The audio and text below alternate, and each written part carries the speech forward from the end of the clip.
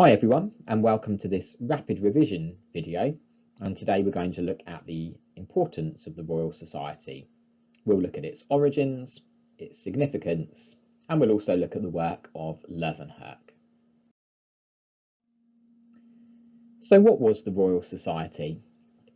Well, it was a club for scientists set up in 1660, which means this fits in the late Renaissance period of our topic.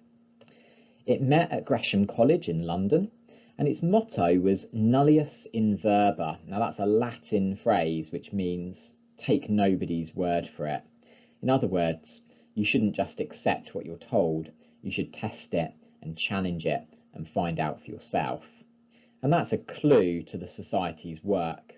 It encouraged people to do their own experiments, to argue over theories and ideas, and to share their discoveries more widely. Now let's look at some of the key features of the Royal Society and why the Society was so significant. Firstly, it had a royal charter from King Charles II. That mattered because it gave the Royal Society credibility. This means people took the Society seriously and saw its work as important and valuable. And so more people sent in their work or made donations of money to the Society to help it carry out its work. Secondly, the Society had its own laboratory.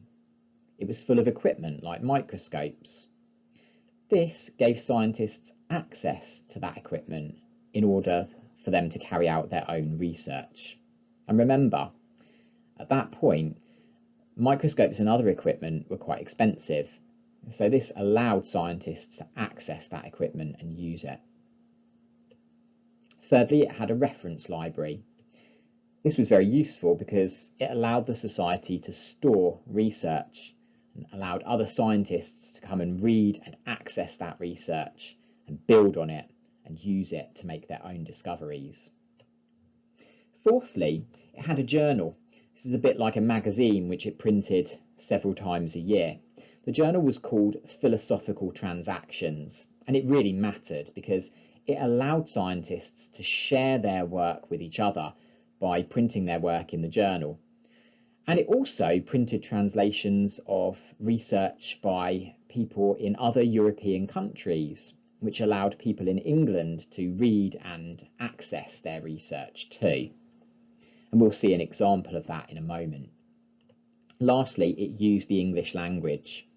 Rather than printing in Latin, the Royal Society printed in English, and that was really important because it made the research accessible to many people. They were able to read it and build on it. Next, let's look at a good example of the Royal Society in action. Let's look at the work of LEEUWENHOEK. He was a Dutchman who was very interested in studying the natural world. His big discovery was that he found tiny living organisms on all organic matter. He found them on plants, on food, on waste, and he even found them in liquids. And he called them animalcules. He could see them through his microscopes, but not very clearly. Nowadays, we would call them microbes. The Royal Society played a key role in spreading his work. He sent a letter to the Royal Society sharing his findings, and they printed his letters in their journal. This allowed his work to reach a wider audience. Another scientist, Robert Hooke, who was a member of the Royal Society, checked LEEUWENHOEK's work and confirmed his discovery. So we've got here a good example of scientists sharing their work and collaborating. His work was really important for two reasons.